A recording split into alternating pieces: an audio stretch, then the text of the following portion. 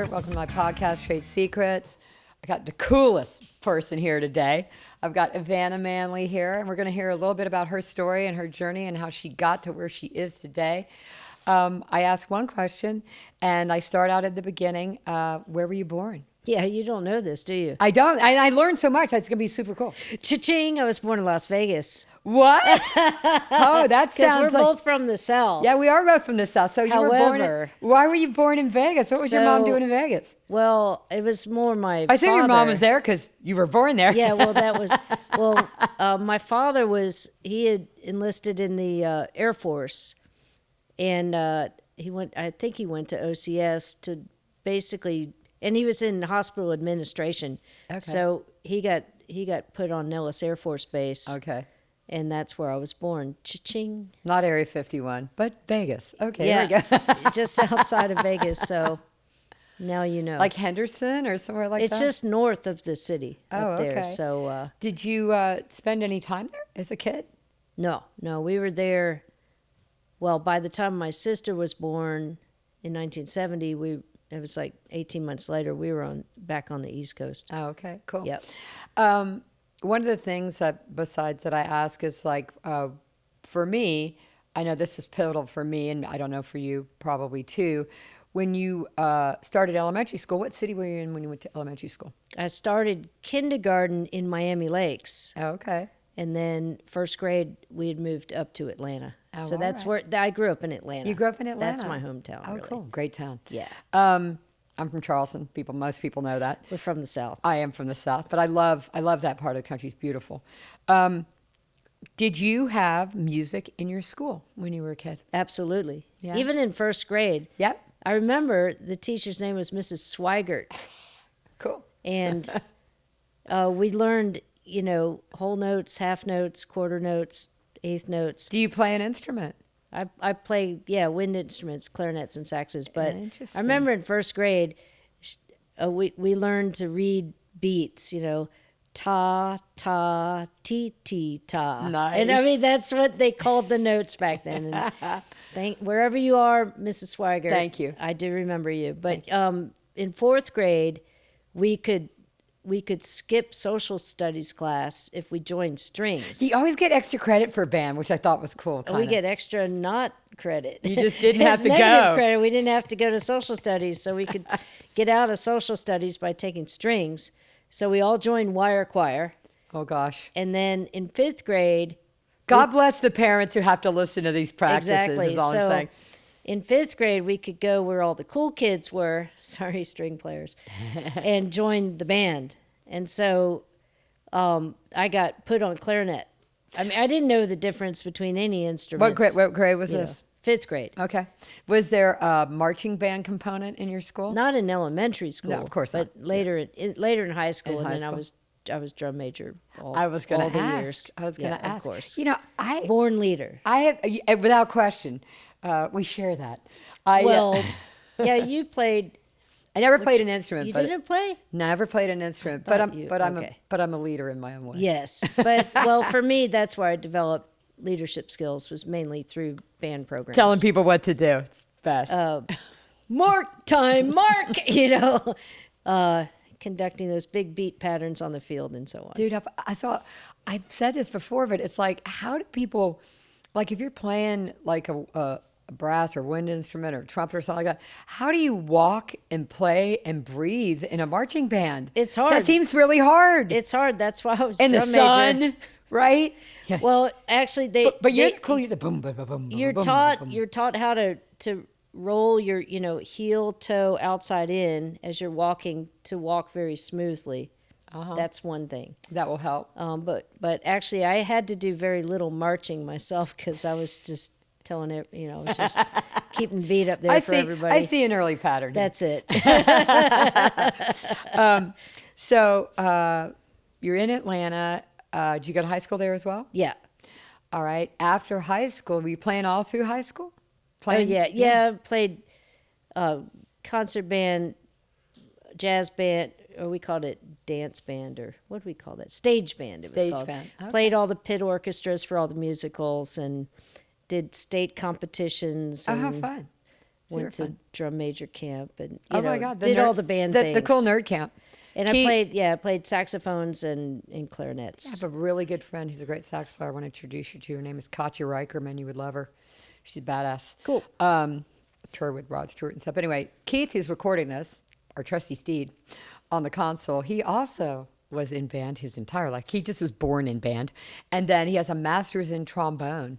That's right. And, yeah. Now so I studied music in college as well. That's why we're brothers and sisters, Mr. Keith and so I. I was going to say, what college did you go to, and what was your plan with your course of study in college for music? What were you thinking you were going to do? I got into Columbia in New York City, which was freaking amazing. Yeah, It was really great. Well, you're smart. No surprise. It was just awesome to be in college in New York City in the late 80s. Well, get accepted at Columbia is not easy, so.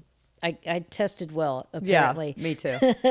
Who knew? So I studied music, and I would have been qualified to be a band director, but I didn't want to teach. That wasn't really my calling. Right. And I tell this story every podcast I do. That fateful day. The fateful day. The fateful day in one of my music classes when Bill Graham, the concert promoter, Bill Graham Presents, not the evangelical. Yeah. Bill Graham, in case you're wondering, also managed Santana, amongst many others. But pretty much every show that happened, every major concert that happened, there's now a guy named Bill Silva who does a very similar thing. But Bill Graham, you had every show, West Coast, he's a major promoter. Yeah, God he bless was him. basically nice guy, really nice guy. The center of the San Francisco music scene in the late 60s. He had escaped the Nazis and fled Europe. Yep.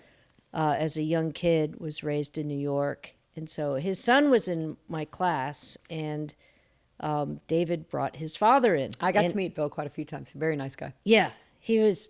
Well, I knew exactly who he was because I was such a big music fan. I'm like, oh, wow, that's the voice on the opening of my Janis Joplin Big Brother record. 4 gentlemen, 1 great broad, Big Brother. And it's that's Bill Graham. He's sitting right in front of me. I was just so excited. And his son's name was David? David Graham? Okay. And so... Does David do promo now, I wonder? I don't know anything about him. I don't think he... didn't follow? He did in college. Like, he was part of the group. The bunch of guys, they knew the Spin Doctors and who's the other band? I'll think of it in a second. Blues Traveler. Okay. Yeah, like those two bands would play a bunch of the fraternity parties and stuff back then. They were part of that kind of I guess deadhead hippie kind of. What time frame would that have been? Is that 90s? Late 80s. Late 80s. Okay, early 90s. So they were in a different fraternity. My co-ed fraternity I was in was more glee club and marching band people, nerds. There's a lot of co-ed stuff we had co-ed lacrosse when I was in high school. Yeah, awesome. Yeah, it was not a thing. You just played lacrosse. Yeah, exactly. We were talking about this earlier. We're not going to make a big deal out of it, but regardless of your gender, just learn your job. That's all I'm going to say. That's the plug. Do your shit well. Be good at what you do and Exactly. care about what you're doing. Yeah. All right, so there's Bill Graham, and he's explaining the music industry to us. Oh, good God. College kids.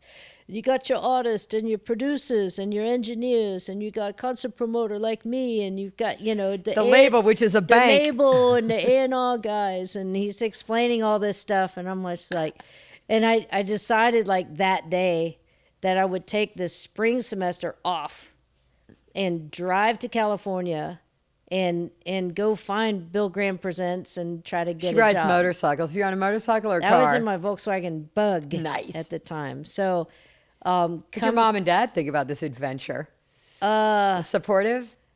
My stepfather was supportive. Okay, good. My mother, I remember I got home at Christmas. I worked at a picture framing shop. I'm working. EveAnna, phone call, and it's my mother, and she says, "You're not going to California." And I'm like, "Yes, I am." Boom, hung up and went back to work. I was actually born here, so that's another story. That is another story. We transmigrated. Yes, I across was the born country. here and then went to South Carolina and then came back. But So, yeah, come January, I drove across the country and I stopped in LA and met up with my old band director from high school and got a little job doing some inventory oh, cool. work. And then I called some of my dad's contacts from my stepfather. He owned Ampeg in the late 60s. Yes, we can't gloss over this. This is pivotal information. Yeah. So he had sold the company in 1972, and he'd given me a couple of the guys that had worked for him. Mm-hmm. And the first guy I called, who was at Crate Amplifiers, Rich Mandel, he didn't pick up the phone. This is 1989, people. It's There's pre-cell cell phone. phones Yeah, it's and pre-cell phone, yeah. Yeah, and then the second guy, Roger Cox at Fender, he took my call. And then about a week later, he called me back and said, why don't you call David and Luke Manley out? They're two crazy South Africans living out in Chino, building tube amplifiers. I never knew about this whole And I'm Chino like- connection, by the way. And I looked I on never the knew map, that's where that like, was. Chino, isn't there a big prison out there? But but I never knew, because I don't know enough about your company, and you can be, I don't think you care, but because I love you just for you, and I guess that's good. But I didn't realize that Manley was always in Chino. Always Chino, not China. Right.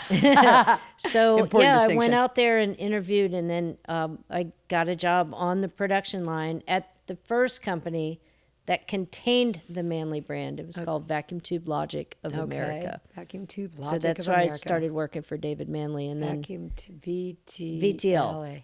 VTL. VTL. Ah. and and then later that year we fell in love, got engaged, and then I went back and finished my degree, and then What was your degree, your final in degree music. in? And then Was it music theory? Was it music? mostly music theory. Okay. It was just like it was a BA in music. Got and you. I would have been a good little band director, but I was destined You'd be for a great other teacher. things. Thank you. Yeah, so I then we got married in 1990, and we were working at that little I electronics might have met company. you pretty early on. I think I probably met you in the early to mid 90s.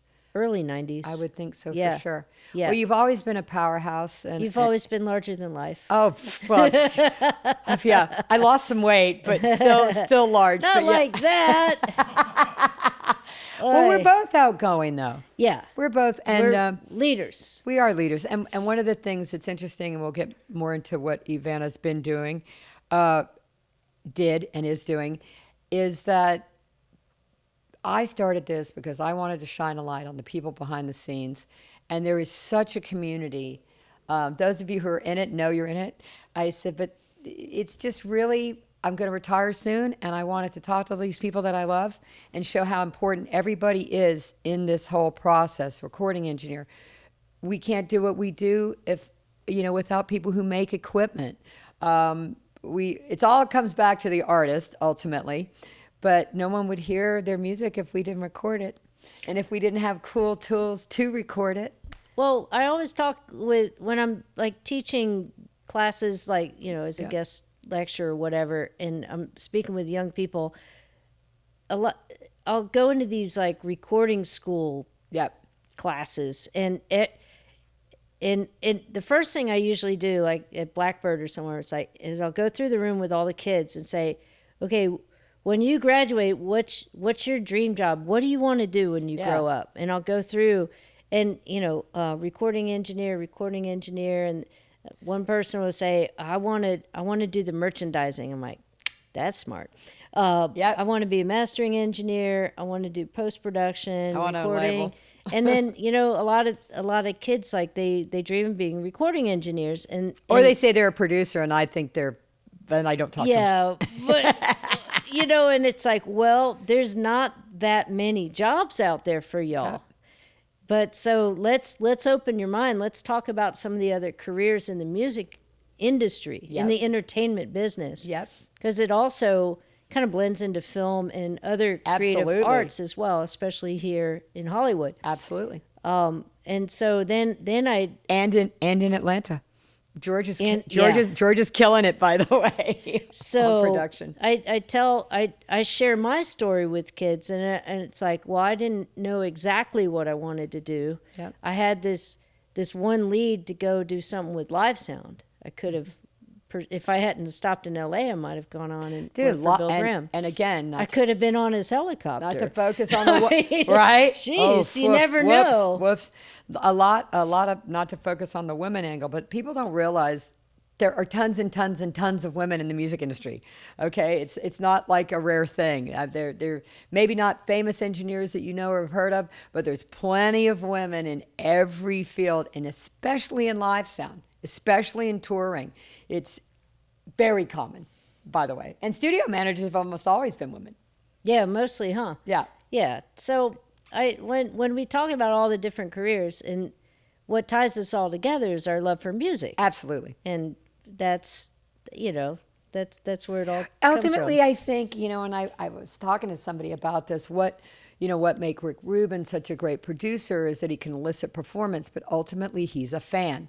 So if you are a fan of music, and in EveAnna's case, she actually can play. I've never played an instrument, but I'm a huge fan since day one. Never intended to get into the music industry myself either, but consider it a privilege to be able to assist people along that path, whether it's artists or recording engineers or whatever. And again, it's a community.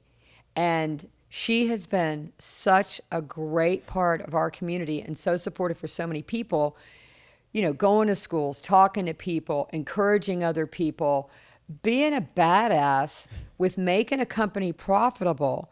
Now, back a little bit to the personal story. You fell in love with David, you married David, you had the first company. Life happens. Yeah.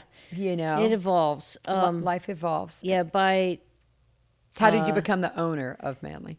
Yeah, so David unfortunately was an undiagnosed bipolar victim or sufferer.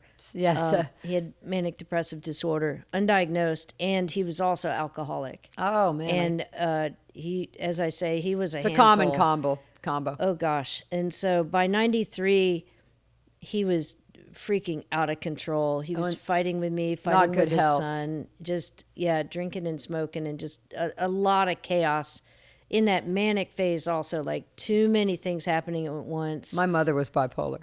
Oh yeah, you know it. It's like, God rest her soul. oh, it's a lot to try to keep up with. It's why I left and moved out at 16 and pursued my own road. So you got to break away or you get sucked into the vacuum. Yeah, or you get run over like a train. It's so true. In 93, we broke Manley apart from VTL. Okay. And split the companies, and his son Luke continues to this day to run VTL. Give you all credit, David included, as being a genius. He would smart tell you guy. that. Well, I think he was a cool designer. Yeah, he rushed a lot of his designs. Let me just say that. And he was a bit of a bullshitter. Oh, okay. And as the internet came to be, Oh, okay. it was a little easier to So were there other fact-check people him. doing mainly the designing, or? Yeah, there were a lot of other engineers we worked with. The most pivotal one was Steve Hazelton. Do you remember him from Mastering Lab? Yes. Yeah. So Steve was a bit of a mentor to me. He was moonlighting at VTL. He designed the Manley Gold mic. Okay. He gave us that gain block that was in the Mastering Lab mic preamps that basically ended up in most of the Manley gear. Very actually. cool. So, and we had another engineer named Richard Schroeder who worked on like the whole side chain of the variable mu. There are different people that we worked together on. Yeah. We all worked together on stuff. My job at that point was doing prototype assistance and debugging and getting noise out of gear and all that. Who handled your marketing? Because you always had great marketing. Who did the outreach? Well, okay, I think so of you. after- I think of you as that. Well, after we split VTL and Manley, so that's in 93, and then David bought the building that Manley's in today, and we moved over there and split the employees and split the components and stuff. And we threw David in Betty Ford Center Okay. and got him dried out. And that lasted about 3 years. Well, God bless you for that. Fighting the good fight to save that. Yeah, well, it lasted about 3 years, and then he started drinking again in '96 and moved to France. Like the hurricane went offshore. Were you still married at that time? At that time, yeah, and then it took 3 years to hammer out a divorce, and because he did not want to live in America anymore. Well, and hard to get a divorce with someone overseas, by the way. I'm just going to lay that out there. It's Well, a pain in the ass. It was a lot of faxes back and Yes, forth. the fax machine. So I was, at that point, I was running the whole company and trying to negotiate a buyout with David. I was also helping him sell all his stuff. He had, So he could survive. recording equipment and boats and cars. Dude, and you're a just saint. Dude. stuff. You're a saint. So I helped him get cashed out of America, and we inked our divorce in 1999, and that's when I officially became the owner of Manley Labs. And when you took it over, was it profitable at that time? I doubled the sales within my first year course you did. yeah, because that's Because what you're I do. you. Yeah. So that's when, so after I took over the company, it was Paul Wolf who gave me my best advice. Who we love and adore. And he said, EveAnna, the future of the company is you, not him.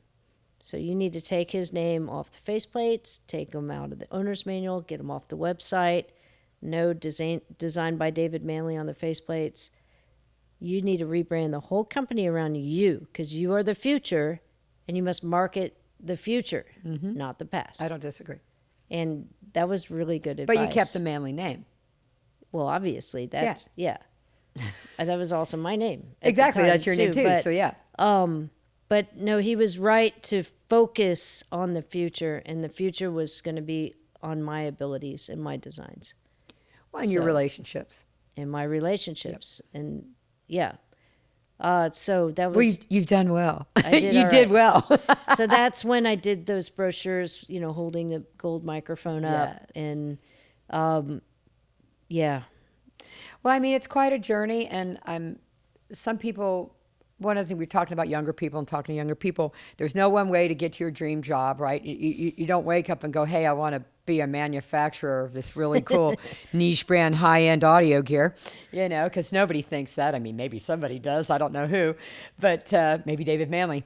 But at any rate, you got to make your own luck, and you're handed this situation with a lot of stress prior to this and a lot of struggle, but your dedication and your tenacity, you weren't going to let it die.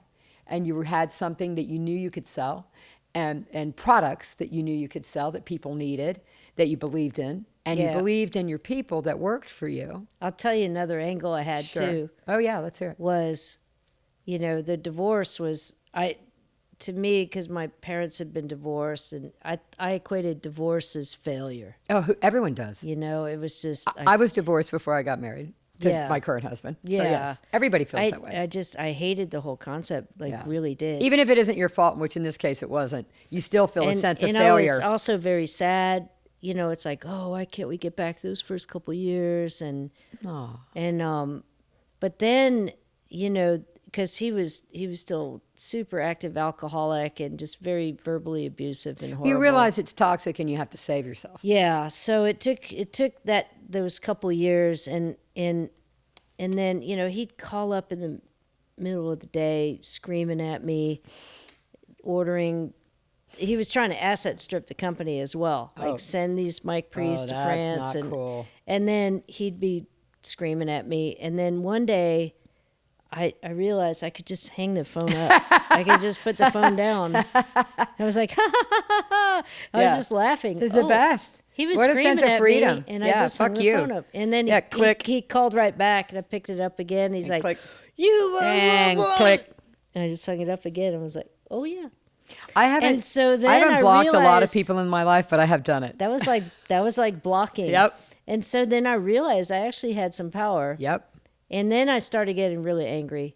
And I harnessed that negative anger, and I changed it into positive creativity. Yeah. And also Good for you. the other message was like revenge through success. Absolutely. So the best best revenge is way success. you can take revenge upon somebody is just kick ass. Absolutely. Right and so on. like when I designed the Stingray amplifier and the Vox box in the 1990s. I was still in my 20s, and It's amazing. they're kick-ass You're such products. a badass, dude. Thank you.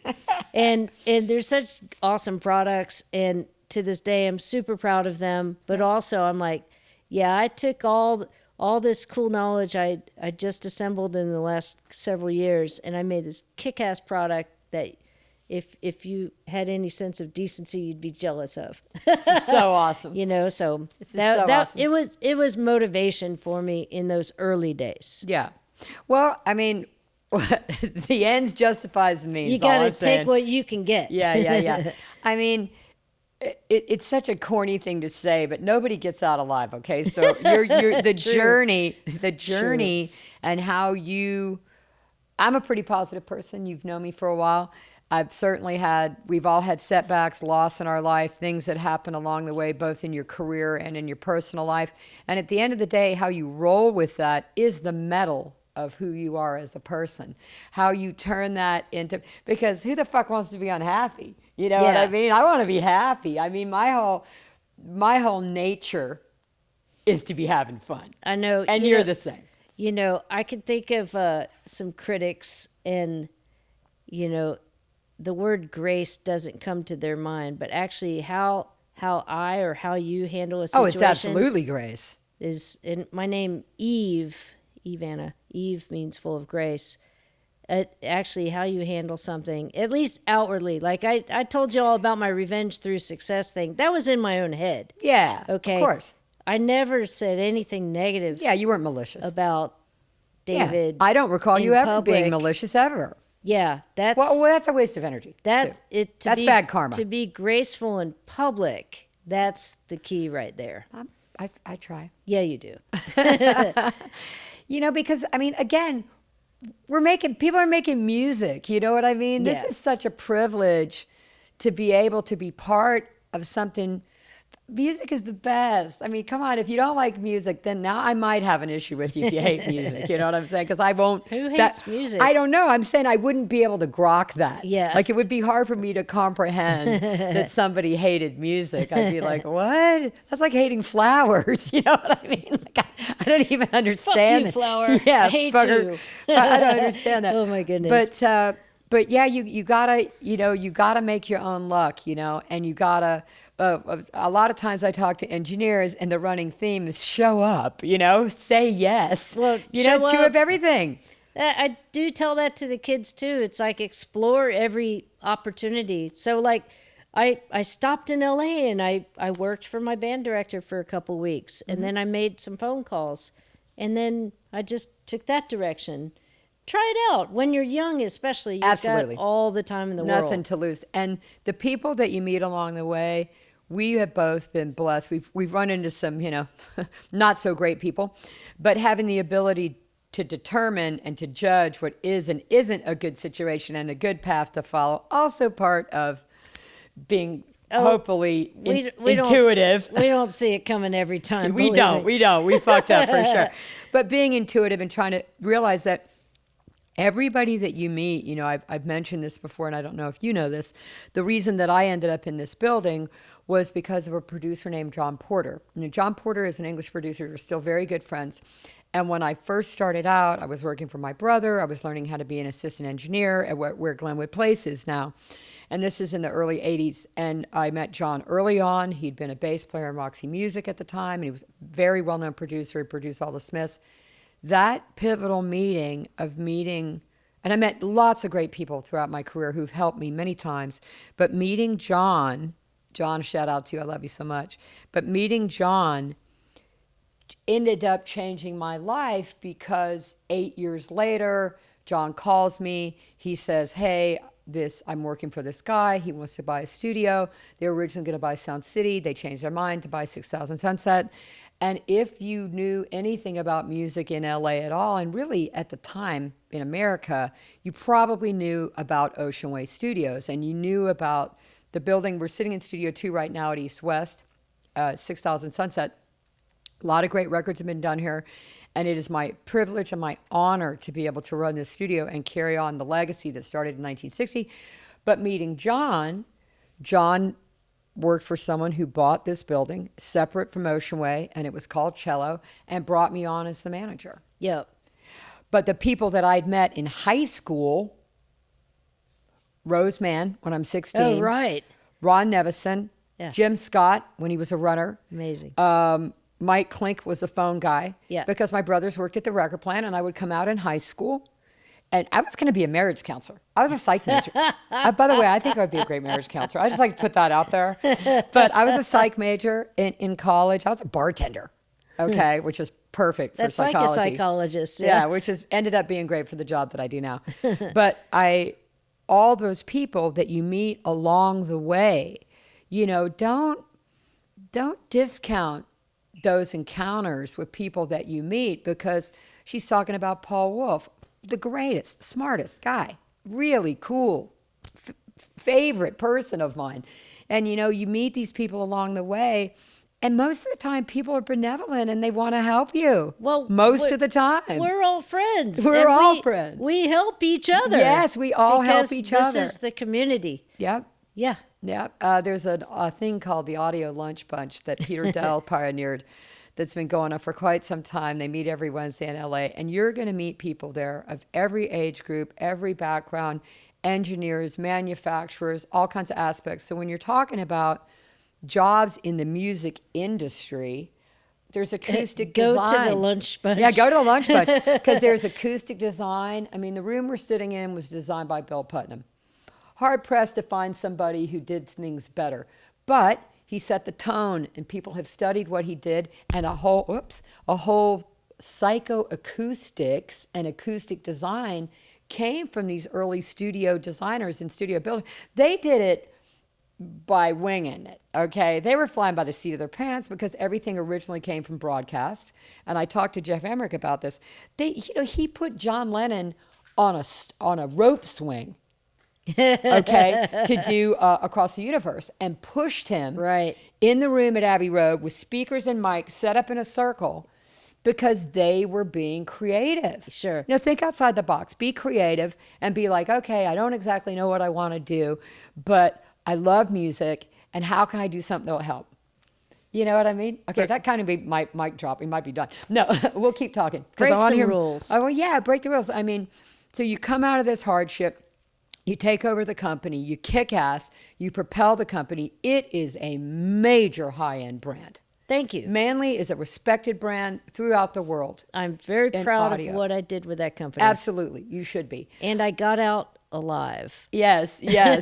We're gonna probably. I don't know. We haven't been talking very long. It usually takes a whole lot longer, but such an interesting life. And EveAnna, this is public knowledge that you Yes, sold the company. I did. So EveAnna sold the company, and Just now. July 2025. Well, now this brings me to the ultimate question. Besides riding your motorcycle through Vietnam, what are you gonna do? Like, I'm looking forward to retirement. Don't judge me, okay? I have lots that I like to do. People are like, "You're gonna be bored." I'm like, when have I ever been bored? Yeah, to be bored. That wouldn't be us. When I was bored as a kid, the worst conditions for me is to be bored and cold. Yes, I agree. And so sitting in church every Sunday was when I was bored and cold. Yeah. Wearing a little dress and no yeah, socks, yeah. little fancy shoes. Dude, there's and so many things that I'm interested in. I love just working with my hands and tinkering and fixing things. And Okay, I have a great just idea. stuff. I have a great idea. Keanu Reeves has a motorcycle company called Arch. Yes. And I think he needs to meet you, because I think there needs to be the most badass motorcycle with the best sounding audio. Too funny.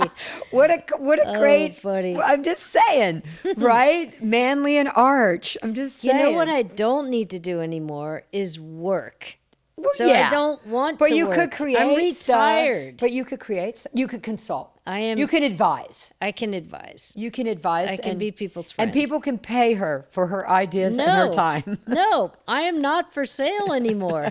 She doesn't want to work. You Okay, forget can't- about that. You can't buy me. You cannot rent me. I'm done. Don't even call. I'm done selling my time to people. I'd like to do what I would like to do in a day. what I choose to do in a Oh, day, dude, I not can't. not what everybody needs me to be doing in a Dude, day. I know I have people relying on me as well. So yeah, that's the Then thing. that's the thing about, managing a studio or Yeah. running a company is People are is relying on you. the obligation and Yeah. the responsibility for so many other people's lives. Yeah. That's what was weighing on me so heavily in the Well, last several years. you have been an incredible example by showing how much you care about the people that work for you, and I feel the same way about my staff. I You do. know it. Yeah. I really do. And when that time comes, and when I am no longer managing this studio, I would consider, put it this way: I'm not picking up the phone and I'm not looking at an email if you don't pay me. I'll tell you that right now. I'm going to lay that down. I'm not doing anything for free. But there's so many things that I'm heavily into organic gardening. I love photography. I probably continue with this podcast because Nate would be upset with me if I didn't, my videographer. But I'm still going to be listening to music because Oh, I yeah. fucking love music. Well, now for me, I have more time to listen to music Yes. because I'm not, typing emails 18 hours a day. Dude, and you could go, you have the time and the means, you can go to any festival you want. You can go to Yeah. any concert you want. I could go to any country I'd You can like go to to any go. country you So, want. traveling is one thing. I love to travel, love too. my motorcycle club, the Pasadena Motorcycle Club. Love my brothers. Do you know my parents met in Pasadena? Did they? You want to hear a quick story? Okay. I mean, it's about you, but you're like the story. No, let's have it. So in 1948, my father, who had survived Normandy, my dad's name was Paul. He's passed away a long time ago, but he was 33 and he walked into the B of A on Green Street, and my mother was a teller. He was from Ohio. She was from North Carolina originally. This is 1948. They met February 2nd. They got married March 4th. My brother was born in December. My oldest brother, Rick, who I adore. I have 3 older brothers. He's a great musician. And they have 4 kids, bam, bam, bam. And my mom had a small inheritance, and she helped my dad go to college, and he went to college to become an electrical engineer. And he ended up working for Lockheed, which is why we always got sent to places that were on the coast, which is how I grew up in Charleston, South Carolina, which I love to this day, one of my favorite cities. And he designed the safety systems for nuclear missiles on nuclear submarines. Wow. So he was a genius. He was the sweetest man.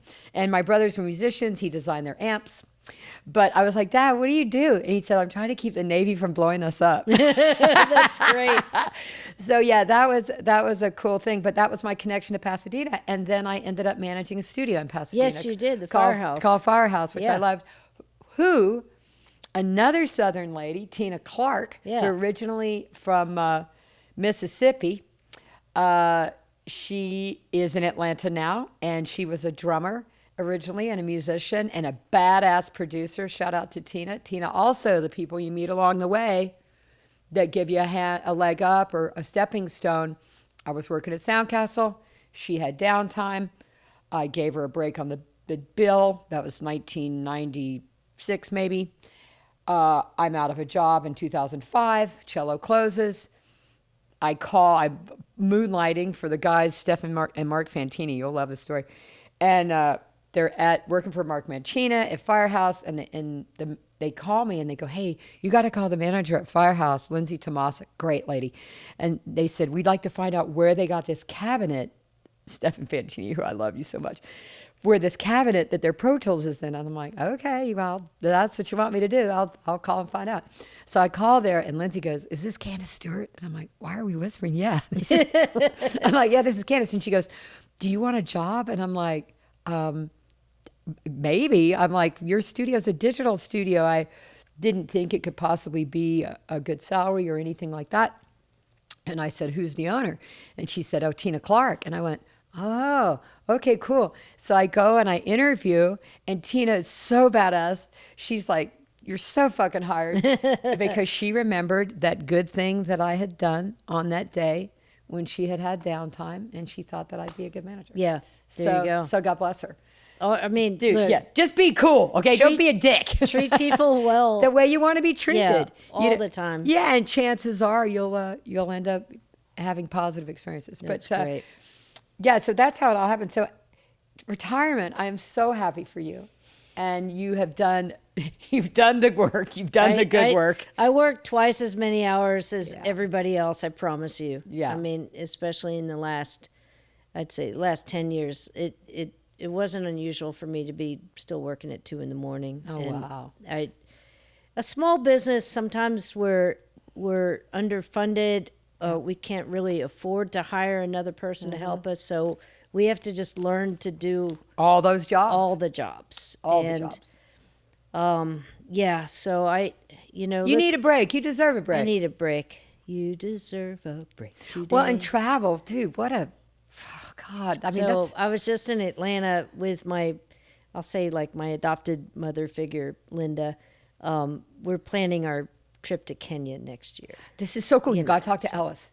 Okay. Ellis Sorkin, our dear friend, just got back from 3 weeks in Africa. Yeah. He's been on safari. I've never been. I haven't either. I and saw I'm some of gonna the go. pictures. I'm Dude, going with Linda. It's lions. Just so you know, there are no tigers in Africa. Okay, they're in India. Okay, this is lions, but Lions, it's not rhinoes, li- giraffes. giraffes, elephants. I mean, just baboons. Really cool.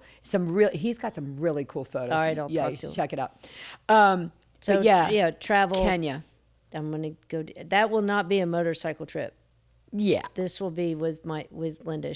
Well, and you also have to be careful older. on a motorcycle with the lions. You know Yeah, what I mean? You they can't might chase me. Yeah, you can't. They go, oh, snack, morsel. Here Yeah, she I goes. don't need to do little that. yummy treat.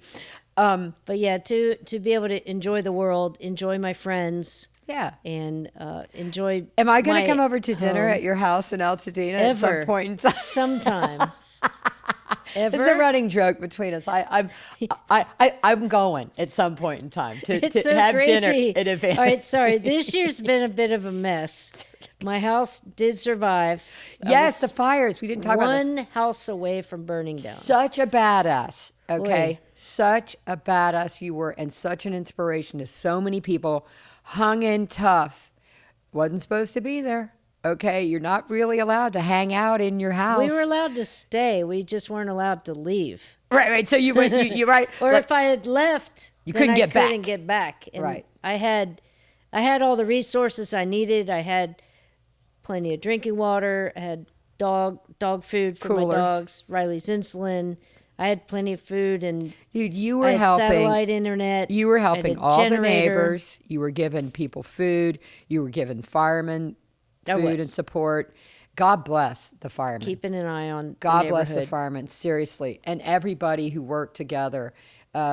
Altadena, a historic and beautiful part of Los Angeles, beautiful architecture, so many beautiful buildings lost, but on the rebuild, and I think a lot of hope actually in that community, and you helped incredibly. Thank you. That was a positive use of social media. Yeah. No, I was just I knew I could be of better service staying in place and not be a drain on anybody. Well, I mean, and don't you have to, I mean, without sounding corny, didn't you want to kind of safeguard your own property? Well, and that too. Yeah, you want to and say my like, neighbors, yeah, too. keep an eye on your So stuff. my neighbors, they all gave me their keys before they left. I love it. And Check on my house. One yeah. thing I did, because the power was out. I have a whole house generator, but all my neighbors were out of power. Is that gas generator or Yeah. solar? And so I'm like, hey, I think the food in your fridge is probably starting to go off now. If with your permission, I'll go clean out your fridge for you. Oh, And they're dude, like, what an oh, would you do angel. that, please? I'm like, yeah, no Dude, what problem. an So I just angel. cleaned all their refrigerators. Yeah, what an angel. So they wouldn't have to come home with They're like gross. Yeah, grossness. that crab leg. Oh, God. in my Dude, and my husband's pescatarian, so It you know I was can relate pretty to that. horrible. But But you've come out the no, other it was- side of it. How is your house now? Is it back to what it I'm was? paying one of my friends who's out of work right now. He's an animator. Paying him. He was looking for any odd jobs. I'm like, well, my garage is still filthy with soot and ash that blew in from the attic, and everything is just coated with just Dude, so many dust. things you have to take So into account he's that you might not he's have thought removing of. like everything out of my garage, washing it, and putting it all back. Oh, so I have a clean space to work. Dude, God bless him and God bless you, dude. I've still got my crawl space, and I have a California cellar that's a mess down there as well because all the ash blew in there. And I've got one room upstairs that's also still dirty. But just one by one, just Don't cleaning you also each room. have the property next door? Do you own I that bought a house. I bought the house behind me Okay. a year ago, and it also survived. It had modern windows and doors with So less actual damage? weather stripping. It's a thing apparently. That's a thing to keep out fire? And no, in my no, to naivete. keep out smoke Oh, in dur. the ash. Yeah. So that house was a lot cleaner and easier to clean. And then But it didn't burn. No. And I rented that house behind me. I rented out to my dear friends that lost their house up the street. Jeez, that's So- such good juju. And we Such have good karma, bro. great neighbors. We love each other. Yeah, I love my neighbors too. Yeah. Dude. I paid off my house a couple years ago, and that was a real great Me feeling. too. Dude, what a Yeah. feeling. I know. It was Seriously. great. So, yeah, I will probably, with my husband, Brian, who I love, my favorite, I'll probably end up back in Charleston because my brother's there, and just I have other friends. I have no family there other than my brother, but just kind of some roots, and can buy an affordable house and travel easily to Europe from Yeah. the East Coast. And I like the Southeast. I think I don't it's know. gorgeous. I've got so many friends here in LA. Dude, I'm I do staying. too. I'm staying. I have so many friends here too, and the running joke is that I have to buy a 5-bedroom house or 6-bedroom house so that my various friends can come and stay for extended periods of time. And I'm like, well, maybe I'll just get a little guest house. You know what I mean? And especially, and I'm a little bit older than you. So part of that is, I'm going to be 67. So I'm kind of like, okay. You got me by 10 years. Yeah, Candace. and that's what I'm saying. I'm Yeah. ready to Yeah. not work. I love this job. I love this place. Had my run. Proud of what I've done. Blah blah blah. I set a goal for myself not quite 10 years ago, but I was like, I want to retire before I'm 55. I missed that by about 22 months, but I Good. won't beat myself up. Good for you. But I had a plan, and I went for it. So yeah, This has nothing to do with anything. But when's your birthday? I just had it. I didn't. Yeah. 9/9. Oh, okay. Oh, so 9/9. you're a Virgo. This makes lots of sense. Yeah. Just Yeah, I stay don't know what y'all know about organized. astrology. Both my parents were Virgos. September 15th and September 19th. They're both gone now, but my mother was an astrologer. I see. And I have Virgo rising. Virgos are fucking tenacious, okay? And we're perfectionists, okay? So fuck off and get a Virgo in your life is all I'm saying. Stay organized. Yeah. Get a Rent- Virgo in your rent a life. Or Virgo. your house will be cleaner. I'm telling you. Your animals will be better behaved. The whole situation We can can improve. manage. Can be improved by having a Virgo.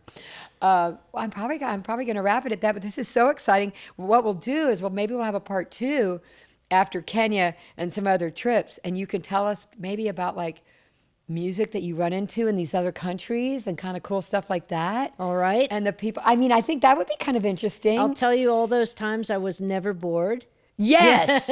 Yes. That's not a thing for me either. No, I don't. Yeah.